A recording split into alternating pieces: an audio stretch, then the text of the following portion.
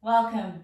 I'd like to share a movement with you today that I use with my yoga therapy clients. It's called pulling the thread, and I'll give you two different variations of this movement that you can try.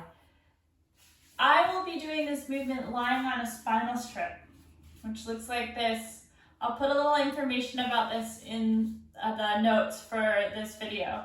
However, if you don't have a spinal strip, there's lots of other options. So you can do this movement lying flat on the floor or on a bed.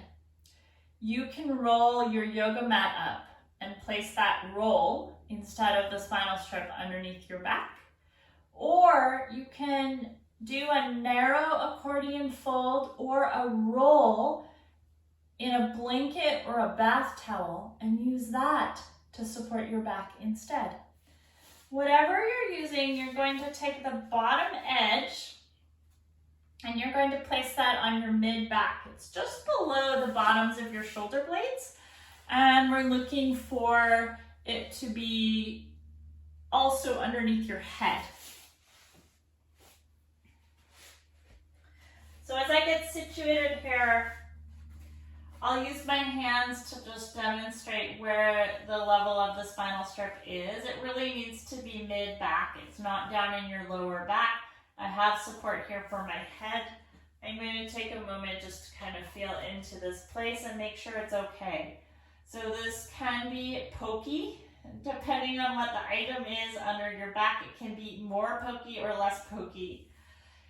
It should not be painful. So if you're really struggling with the level of the sensation, come off and either try a different item under your back or just skip that part of it and do this movement lying on the floor.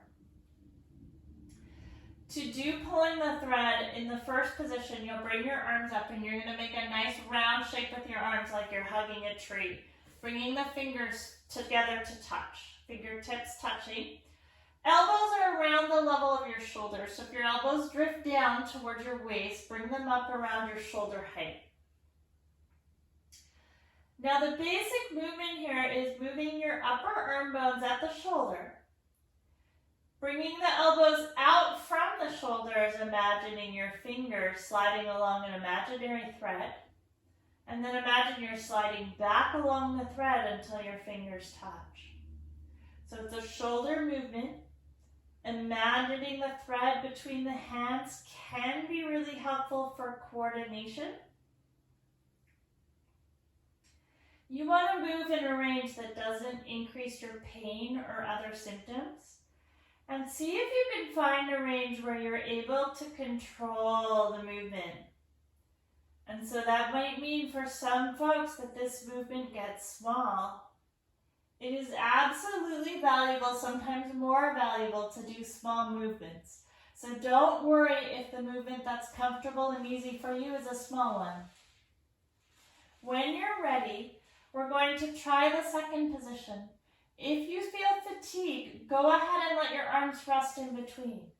For the second position, you'll bring your arms up to that starting position, and now you're going to rotate. So the upper arm is vertical, the elbow is more or less above the shoulder, and the forearm is parallel to the floor, and your right and left forearms are parallel to each other.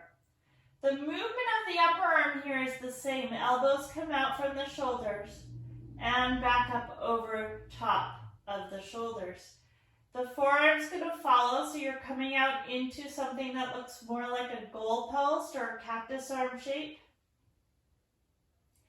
Now this second rotation, rotated version of the movement can feel harder. And for some people, it will feel easier or more comfortable. So start with the variation that feels most accessible for you. Work on that. And then branch out if it feels okay. There's no need to do any movement that is uncomfortable. And you may find that your range is different, so maybe this one stays really small. Also totally fine. When you're tired or when you feel done, let the arms rest. And then I recommend rolling to one side and removing the spinal strip or other support, coming back to lie on the floor, and just noticing how you feel as you do that. I hope you found this movement really interesting and helpful. I hope you have fun exploring it. And if questions or problems come up, please let me know in the comments. I'd love to help out. Take really good care.